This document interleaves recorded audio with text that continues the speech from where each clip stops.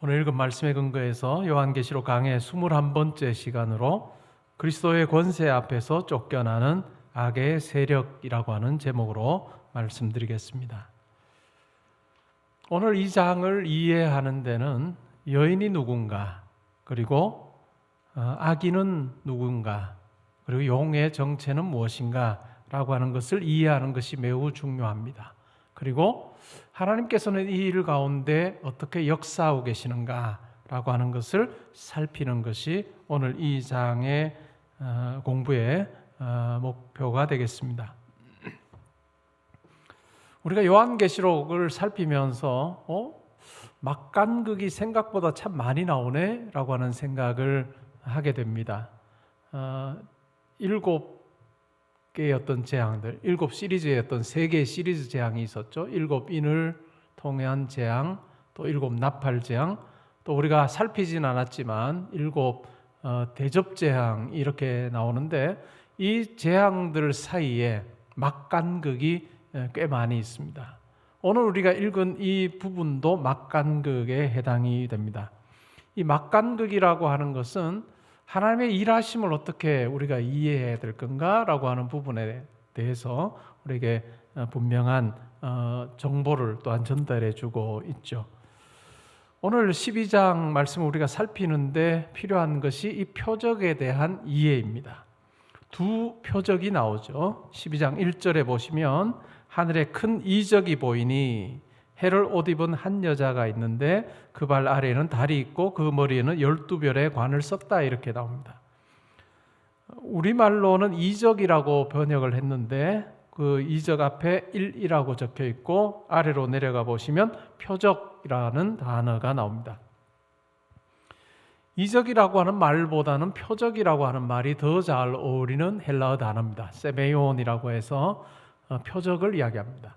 이 표적이라고 하는 것은 나타난 현상을 통해서 우리에게 뭔가를 가르쳐 주기를 원한다라고 하는 뜻이 있는 것이죠. 이적은 어떨까요? 실제로 기적과 같은 것이죠. 예수님께서 복음서에 우리가 내용을 보면 병든 자를 고치시고 또 귀신 들린 자를 온전하게 하시는 그 같은 일을 행하십니다. 그것은 실제로 기적이죠. 이적입니다.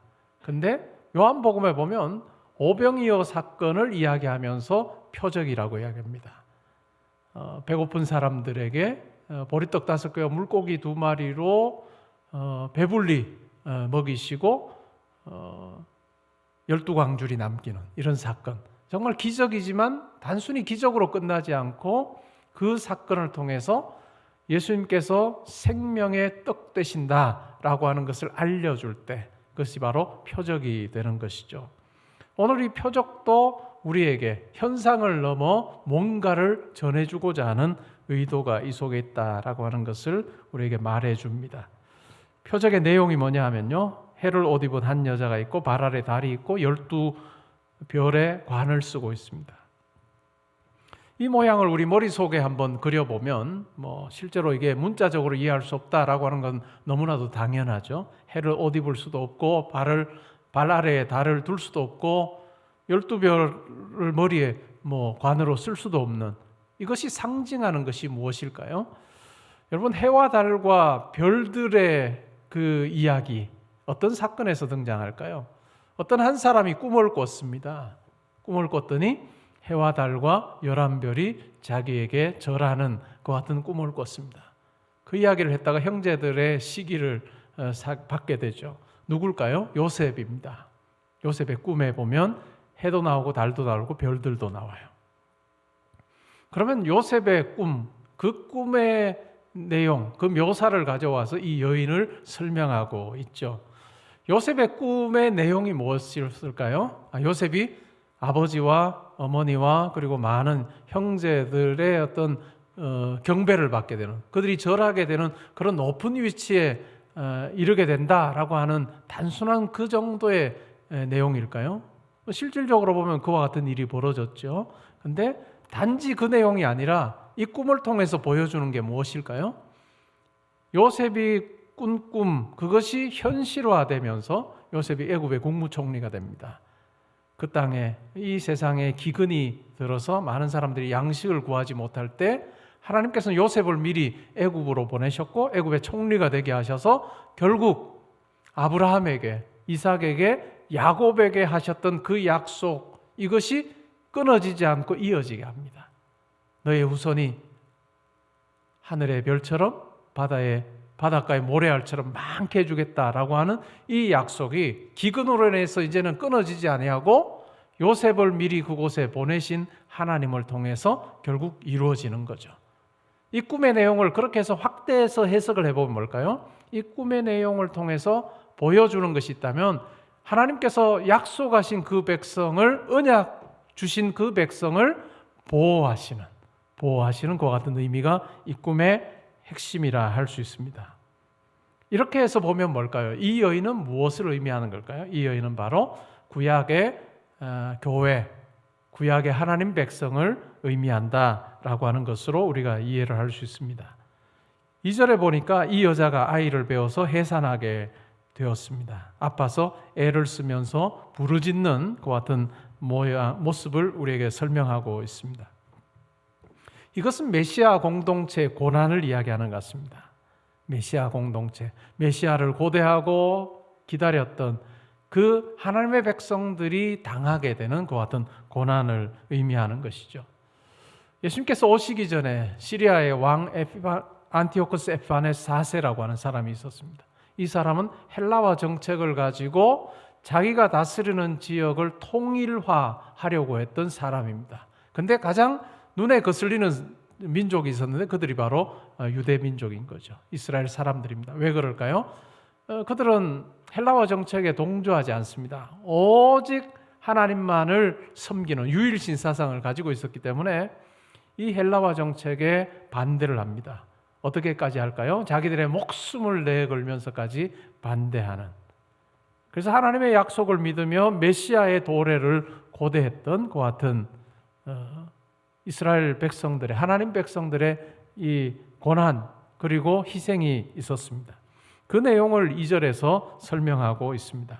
다시 한 번 더 정리해보면 이 표적에서 나오는 여인은 구약의, 예수 그리스도가 오시도록 했던 구약의 교회를 의미하고, 또한 이 아이는 예수 그리스도를 의미합니다. 그 다음에 두 번째 표적이 3절에 나옵니다. 하늘에 또 다른 표적이 보인다라고 하는 이야기를 하죠. 그러면서 이 표적의 내용을 이렇게 적습니다. 보라, 한 큰 붉은 용이 있어 머리가 7이요 뿔이 10이라. 그 여러 머리에 7 왕관이 있다라고 그렇게 이야기를 합니다.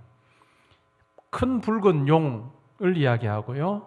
또 7이요, 10이요, 또 7 왕관을 썼다라고 하는 것은 이 큰 용이 다스리게 될 이 땅의 제국을 이야기하고, 또한 나라들을 이야기를 하고 있습니다. 그러니까 통치라고 하는 것을 설명하기 위해서 7 왕관이라고 하는 것을 가지고 묘사를 하고 있습니다.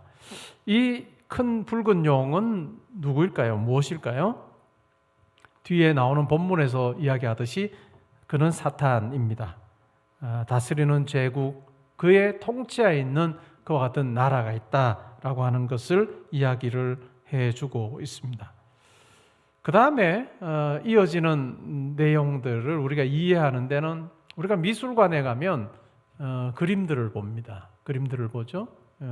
각각의 그림들을 우리가 좋아하면 한참 서서 보기도 하고, 아니면 때로는 그냥 스쳐 지나가기도 하는데, 미술관에서 그림을 우리가 감상하듯이 이어지는 이 장면들을 이해할 필요가 있습니다. 때로는 그냥 줄거리처럼 쭉 이어지지 않는 그와 같은 내용들도 실제로 있죠. 특별히 요한계시록 12장을 이해할 때는 몇 개의 장면들, 몇 개의 그림들을 가지고 이 12장을 이해하는 것이 좋은데, 저는 4개의 장면, 4개의 그림을 가지고 오늘 이 본문을 살펴보려고 합니다.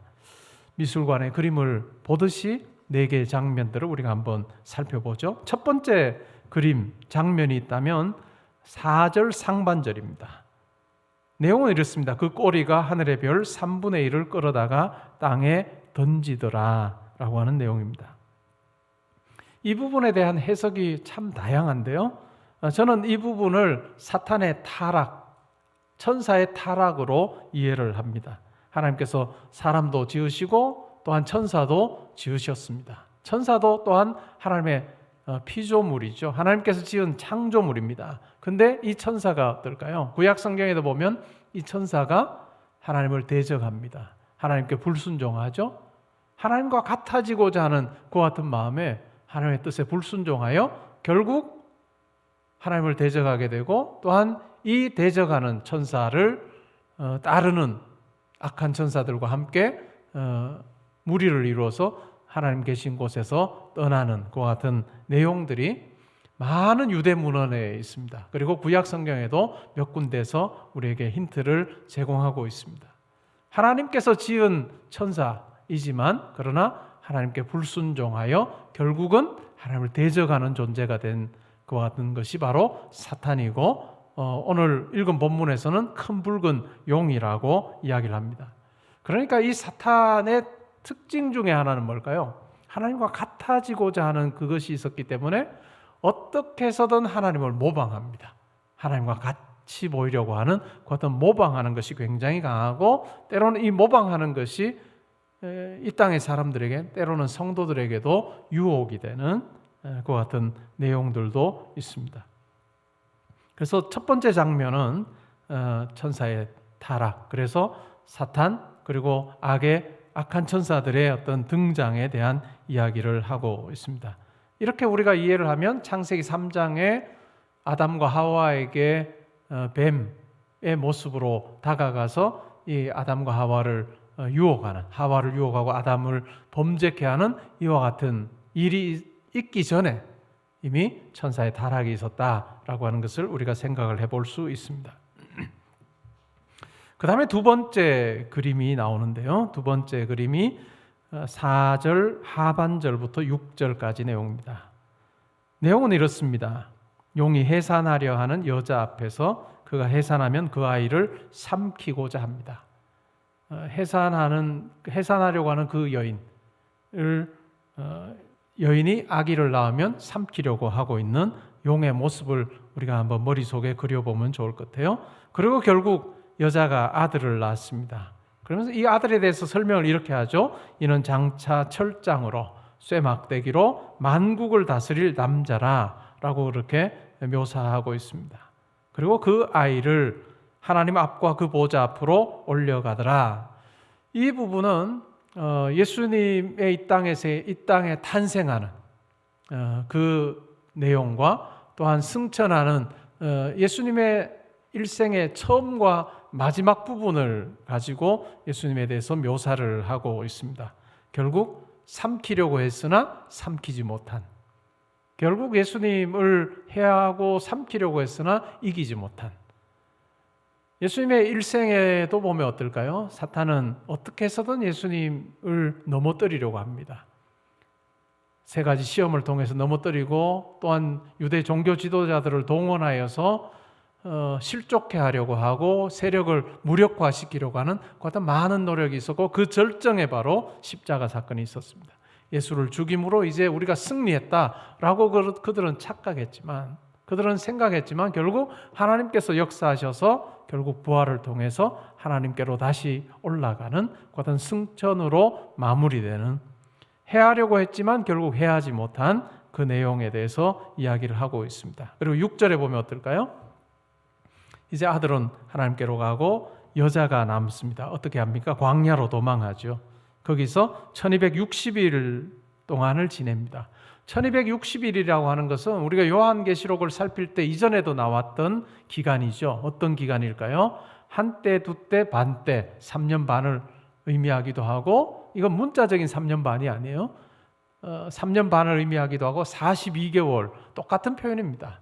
이 기간은 무엇을 의미하는 걸까요? 교회의 시대를 의미합니다. 교회의 시대, 예수 그리스도의 초림부터 다시 오시는 재림까지의 이 기간, 교회의 시기를 이야기합니다. 근데 6절에 보시면 조금 우리말로는 오해할 만한 번역을 했는데, 6절에 1260일 동안 그를 양육하기 위하여 하나님께서 예비하신 곳이 있더라 이렇게 얘기해요. 우리말로 그냥 읽으면 그를 양육한다? 이제 낳은 아기를 이제 키운다는 건가? 이런 의미로 이해하기 쉬운데, 원문에는 이 그를이라고 하는 것이 아니라 그녀입니다. 그러니까 이 여자를 의미하는 거죠. 그냥 그 여인을 양육하기 위해 하나님께서 예비하신 곳이 있더라라고 하는 이야기입니다. 교회를 하나님께서 보호하시고 지키시는 부분에 대해서 이야기를 합니다. 두 번째 그림이 바로 그와 같습니다. 초림과 승천과 또한 교회의 형편에 대해서 두 번째 그림에서 이야기를 해줍니다. 근데 이 두 번째 그림을 통해서 우리가 생각해 볼 수 있는 이 교회, 이 여인은 뭘까요? 신약과 구약 시대의 하나님 백성을 의미합니다. 신약과 구약 시대의 하나님 백성을 의미하는 것이고, 그 다음에 세 번째 그림은 또 그림이 완전히 바뀝니다. 그러니까 쭉 이어지는 개념이 아니라 장면 어떤 면에서 이렇게 구별되는 그 같은 내용으로 이해할 필요가 있습니다. 7절부터 해서 9절까지 내용을 보면 천상의 전쟁이 있습니다. 하늘의 전쟁이 있으니 미가엘과 천사장 중에 한 사람이죠. 하나죠. 미가엘과 그의 사자들이 용과 더불어서 싸울새 용과 그의 사자들도 싸웁니다. 그러니까 천사장 미가엘과 또한 천사들, 그리고 사탄과 사탄을 따르는 악한 천사들 사이에 전쟁이 있다라고 하는 이야기입니다. 근데 누가 이겼을까요? 8절에 보시면 사탄이 이기지 못합니다. 그래서 다시 하늘에서 그들이 있을 곳을 얻지 못하는 거죠. 그러면서 9절에 보시면 큰 용이 내쫓깁니다. 큰 용에 대해서 설명할 때 이렇게 설명합니다. 옛뱀. 옛뱀이라고 하는 것은 창세기 3장 사건을 배경으로 하고 있습니다.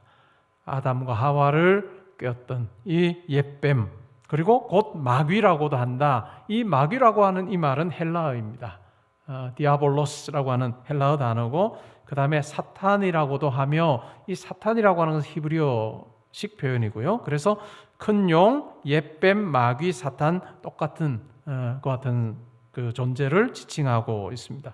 근데 이 옛뱀, 큰 용이 어떤 일을 할까요? 온 천하를 꿰는 역할을 합니다. 그가 땅으로 내쫓기는 거죠. 그러자 그의 사자들도 그와 함께 내쫓깁니다. 결국 이 전쟁에서 하나님이 승리하시는 거죠.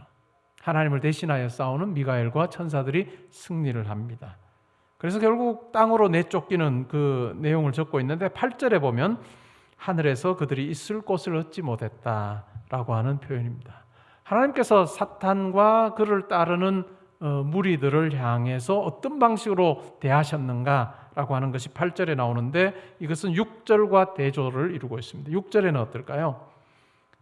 교회를 양육하기 위해 하나님께서 예비하신 곳이 있었습니다. 그런데 사탄은 하나님 앞에서 내쫓기는 존재가 됐다라고 하는 거죠. 하나님께서 우리를 어떻게 대하시는가? 그리고 악한 천사 사탄을 어떻게 대하시는가? 아주 극명한 대조를 보여주고 있습니다. 10절에 보시면 10절부터 12절까지 설명이 나옵니다. 하늘에 큰 음성이 나죠? 이런 내용이 나옵니다. 이제 우리 하나님의 구원과 능력과 나라와 또 그의 그리스도의 권세가 나타나, 이 전쟁의 승리를 통해서 하나님께서 구원하시고 또 하나님의 능력이 어떠한지, 하나님의 나라, 하나님의 통치가 어떠한지, 그리고 그리스도의 권세가 어떠한지가 드러나게 됐습니다. 우리 형제들을 참소하던 자, 곧 우리 하나님 앞에서 밤낮 참소하던 자가 쫓겨났습니다. 이것이 이 전쟁의 결과인 것이죠. 근데 사탄이 하는 일은 뭘까요? 우리를 참소하는 역할을 합니다. 우리를 하나님 앞에서 고자질하는 거죠. 비방하는 거죠. 근데 그것을 어떻게 한다고요? 밤낮 참소하는 거예요. 어떻게 해서든 우리 성도들을 하나님에게서 떼놓으려고 하는 사명이 사탄에게 있고 악한 천사들에게 있습니다. 근데 하나님께서 이와 같은 자들을 쫓아내십니다. 또 우리 형제들이 어린 양의 피와 자기들이 증언하는 말씀으로서 그를 이겼으니 그들은 죽기까지 자기들의 생명을 아끼지 아니하였도다. 이러한 승리로 인해서 우리 성도들이 이제는 승리하게 됐다라고 하는 이야기를 적고 있는 거죠. 그 승리의 방식이 뭘까요? 어린 양의 피입니다. 우리가 가진 힘이 아니라 예수 그리스도의 십자가의 보혈로 예수 그리스도께서 또한 악을 이기신 그 승리의 방식대로 우리가 승리한다라고 하는 것이고, 그 승리의 방식을 우리 삶에 적용하여서 증언하는 말씀으로서 이길 수 있다라고 하는 이야기를 해주고 있습니다. 제가 최근에 논문을 하나 적고 있는데 그 논문이 바로 시작 성경에 나오는 승리라고 하는 주제입니다. 그런데 굉장히 특이한 것은 뭘까요? 요한계시록을 듣고 또한 읽는 그 당시에 주 1세기 AD 96년경의 성도들의 상황을 보면 도미티안의 박해 가운데서 목숨까지 잃고 또한 그들이 가진 재산을 다 잃어버릴 그런 위기 가운데 있었습니다. 박해 가운데 있었던 거죠. 이런 그 독자들에게 편지를 쓰고 또한 이 계시를 보여주면서 가장 많이 승리라고 하는 이 단어를 사용하는 신약의 책이 있다면 요한계시록입니다. 가장 승리와는 거리가 먼 삶을 사는 것 같은 성도들에게 하나님께서는 승리라고 하는 단어를 가장 많이 사용하고 있는 거죠. 우리가 생각할 때 복음서에 가장 많이 나올 것 같은데 복음서에는 승리라고 하는 단어가 3번밖에 나오지 않아요. 근데 요한계시록에는 19번 정도 나올 정도로 승리라고 하는 말을 많이 씁니다. 그래서 굉장히 역설적인 삶을 우리에게 이야기해 주고 있는 거죠. 이 말을 우리 성도의 삶에 한번 적용해 보면 어떨까요? 낙심할 만한 상황이 있고 좌절할 만한 형편에 우리가 산다 할지라도 하나님께서 우리로 하여금 예수 그리스도 안에 승리하게 하신다라고 하는 메시지를 우리에게 또한 던져주고 있습니다. 12절에 보시면요. 그러므로 하늘과 그 가운데에 거하는 자들은 즐거워하라. 하나님의 구원 백성들은 즐거워하라고 이야기합니다. 그러나 반면에 땅과 바다는 화 있을진저 이는 마귀가 자기의 때가 얼마 남지 않은 줄을 알므로 크게 분내어 너희에게 내려갔습니다. 자기가 통치하는 자기의 권세를 이제는 막 펼치는 이 땅의 사람들 그리고 이 세상에 이제는 더 포악하게 때로는 이것이 그냥 겉으로 드러나게는 포악하지 않을지 몰라도 사람들을 꿰는 방식으로 사탄이 역사하게 될 것에 대한 이야기를 하고 있습니다. 그래서 구원받은 백성은 즐거워하지만 이 세상은 오히려 더 두려워할 수밖에 없는 그 같은 형편에 처하게 됐음에 대해서 이야기를 합니다. 근데 우리가 주목할 부분은 뭘까요? 마귀가 자기 때가 얼마 남지 않은 줄을 아는 것입니다. 우리가 요한계시록을 보면 마지막 때에 다시 마귀가 영원한 불못에 던져지는 그 같은 분명한 어떤 사망 선고가 있다라고 하는 내용을 우리가 알고 있는데 이 교회 시기 동안에 마귀는 자기의 역할을 감당을 하는 것이죠. 그렇기 때문에 우리는 더욱더 주의를 기울여야 하는 것입니다. 그 다음에 4번째 그림이 있다면 13절부터 17절 사이에 나오는데 교회를 향한 핍박 그리고 보호가 나옵니다. 13절에 보시면 용이 자기가 땅으로 내쫓긴 것을 보고 남자를 낳은 여자 교회를 이야기하는 거죠. 박해하는지라 그 여자가 큰 독수리의 2 날개를 받아 광야 자기 곳으로 날아가 거기서 그 뱀의 낯을 피하여 한때 두때 반때를 양육받음에라고 나옵니다. 교회의 시기죠. 이 교회 이제 사탄이 교회를 해하려고 하고 성도를 힘들게 하려고 하는데 이스라엘의 역사에서 보면 하나님께서 애굽에서 이스라엘 백성들을 건져내시고 광야에서 살게 하십니다. 근데 이 광야의 삶을 이야기할 때 하나님께서 이스라엘 백성들에 어떻게 개입하셨는가를 설명할 때 보면 내가 독수리 날개로 너희를 업었다라고 하는 이야기를 합니다. 여러 가지 어려움이 많을 수밖에 없는 광야의 삶. 그러나 하나님께서 개입하셔서 독수리가 날개 위에 업어서 보호하는 것처럼 그와 같은 방식으로 이스라엘 백성들을 보호했다라고 하는 내용이 나오는데 그 개념을 가지고 교회를 향한 보호에 대해서 이야기를 하고 있습니다. 사탄은 끊임없이 교회를 힘들게 하고 또한 성도들을 미혹하려고 하지만 그러나 그 미혹하려고 하는 계획대로 하나님께서 내버려 두지 않으심에 대한 내용이 14절에 기록되고 있습니다. 15절에도 또 내용이 나오죠. 여자의 뒤에서 뱀이 그 입으로 물을 강같이 토하여 여자를 물에 떠내려가게 하려고 합니다. 근데 이와 같은 계획이 수포로 돌아가는 거죠. 16절에 보시면요. 땅이 여자를 도와 그 입을 벌려 용의 입에서 토한 강물을 삼킵니다. 더 이상 이 사탄의 계획이 이루어지지 못하도록 하나님께서 개입하시고 보호하시는 같은 내용이 나옵니다. 용이 여자에게 분노하여 돌아가서 그 여자의 남은 자손 곧 하나님의 계명을 지키며 예수의 증거를 가진 자들과 더불어 싸우려고 바다 모래 위에 서 있더라. 이 부분은 교회를 계속해서 보호하시는 하나님, 그리고 사탄은 더욱더 분노하여서 정말 계명을 붙들고 살려고 하는 성도 개개인과 영적인 전투를 벌이려고 하는 같은 모양으로 지금 말씀이 설명을 하고 있습니다. 이것이 내 그림이고 장면이라 할 수 있습니다. 요약해 보면 이렇습니다. 영적인 전투에서 하나님과 그리스도가 승리하고 사탄은 패배를 했습니다. 이 분노한 사탄이 교회와 성도를 핍박하지만 하나님께서는 보호하신다라고 하는 내용이 요한계시록 12장의 내용이라 할 수 있습니다. 우리가 이 12장을 통해서 사탄의 정체를 알게 되는 것이죠. 제가 자주 말씀드렸던 C.S. 루이스라고 하는 기독교 사상가는 우리가 사탄에 대해서 두 가지 잘못된 생각으로부터 벗어나야 된다라고 이야기하는데, 첫 번째가 있다면 사탄이라고 하는 존재, 그것은 실제하지 않는 거다. 사탄은 실제하지 않아 라고 생각하는 것, 그것은 잘못된 거다. 그것은 잘못된 거다라고 하는 것이고, 두 번째는 너무 사탄에 집착해요.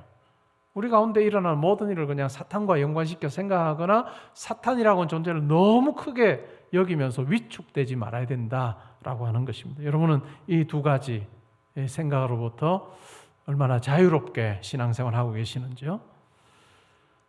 스파클링 포도를 담았던 병에 약간의 어떤 음료수만 남아 있으면 때로는 벌이 그 병으로, 빈 병으로 들어가기도 합니다.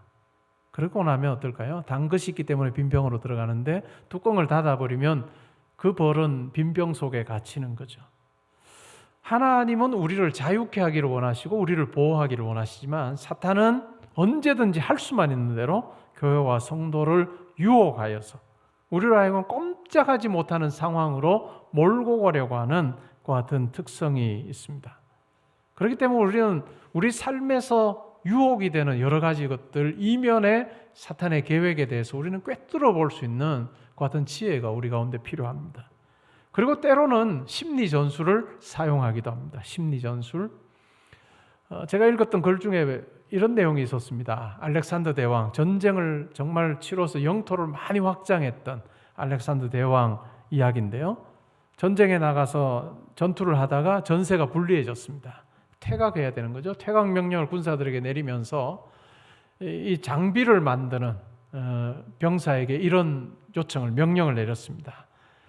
우리 군사들이 쓰고 있는 투구보다 훨씬 더 큰 투구를 만들어라. 그리고 방패도 훨씬 더 크게 만들고, 그리고 가슴을 보호하는 이 보호대도 훨씬 더 크게 만들어라 라고 명령을 하고 퇴각하는 그 자리에 두게 합니다.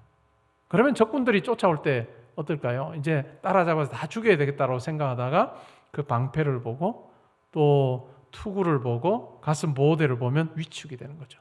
야, 우리가 쫓아가야 될 존재가 저 적군들이 이 정도로 큰 사람들이야? 라고 하는 생각을 가지고 중단하는 거죠. 심리 전술입니다. 사탄은 우리 삶에 이와 같은 전술을 꽤 많이 사용합니다. 사탄의 존재보다 훨씬 더 크게 느껴지게 하는 그 같은 일들을 행하는 거죠. 그때 우리는 사탄의 이 전술에 속지 말고 우리를 사랑하시는 하나님의 크심을 우리는 붙들고 묵상해야 할 것입니다. 미국의 신학자이고 목회자인 싱클레어 퍼거슨이라고 하는 분이 있는데, 이분이 쓴 책이 By Grace Alone이라고 하는 책이 있습니다. 은혜로만이라고 하는 책인데요. 이 책에서 사탄의 네 가지 우리 성도를 향해 쏟아내는 비방의 말들에 대해서 이야기를 합니다. 혹시 여러분에게는 이 비방의 말이 여러분의 삶을 좌지우지한 적은 없는지 한번 살펴보면 좋을 것 같은데요. 첫 번째가 있다면, 하나님은 너 도와주지 않아, 하나님은 너 대적하셔 라고 하는 비방의 말입니다. 내 삶을 봐라, 과연 하나님이 내 편이라고 할 수 있을까? 너의 편이라고 할 수 있을까? 라고 하는 말을 우리에게 계속합니다. 두 번째 말은 너의 죄로 인하여서 내가 너를 고소할 말들을 가지고 있다. 너 변호할 수 있겠어? 라고 하는 말이죠.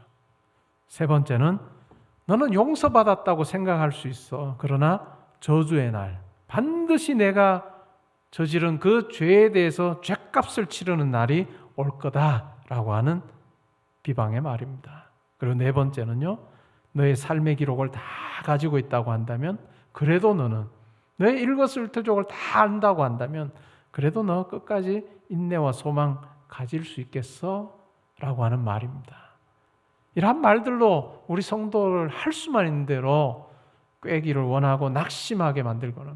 베드로 편지에 보면 우는 사자처럼 삼킬 자를 찾고 있는 것 같은 사탄의 모습이죠. 근데 말씀은 우리에게 이야기합니다. 사탄은 그와 같이 비방하여 우리를 낙심하게 하고 하나님으로부터 우리를 멀어지게 하려고 하지만, 말씀은 이와 같은 사탄에 대해서 이렇게 분명하게 이야기합니다. 로마서 8장 31절부터 39절 말씀에 이렇게 말합니다. 제가 읽어드립니다. 그런즉 이 일에 대하여 우리가 무슨 말하리요? 만일 하나님이 우리를 위하시면 누가 우리를 대적하리요?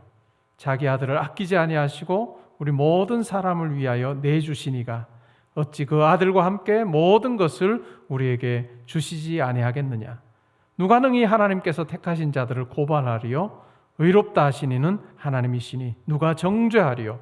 죽으실 뿐 아니라 다시 살아나시니는 그리스도 예수시니 그는 하나님 우편에 계신 자요 우리를 위하여 간구하시는 자시니라.